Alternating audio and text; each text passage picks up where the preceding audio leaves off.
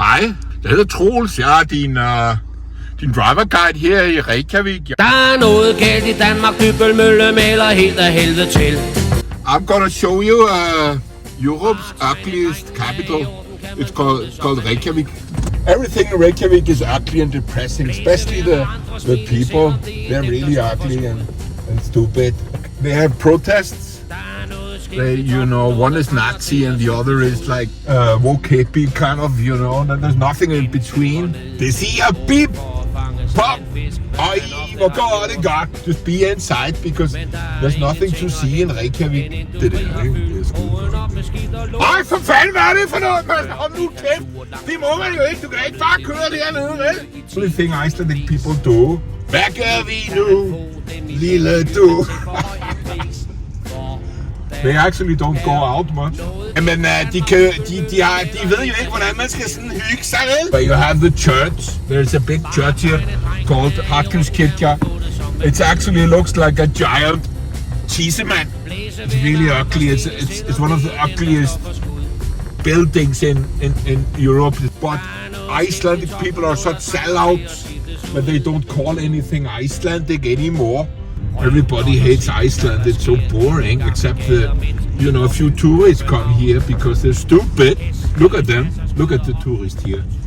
Look. Hold nu op! Hold kæft, mand! Nu kører vi her i Lækjargata. The Latin school up here on the right. This used to be an open sewer.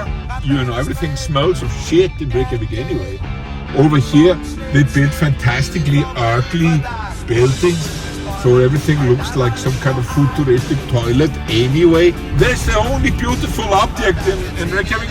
The Danish king handing out the manuscript. Another beautiful building, the Danish consulate. It's only because it's Danish. And now we're driving Hverfisgata, one of the most depressing and ugly places in the whole world.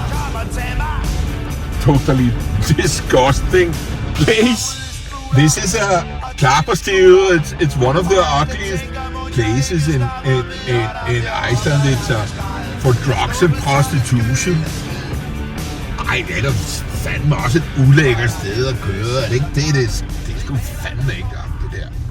Holy crap! Stedet, det skulle jo nærmest stadigvæk være en koloni af Danmark, for fanden. It's no wonder that like 35,000 Icelandic people live in Kollegi in Copenhagen. Vi er hvide, og vi er røde. Vi står sammen, side om side. Við minnumst Ingólfs Arnarssonar í veislum. En óskum þess að skipið hans hafi sokkið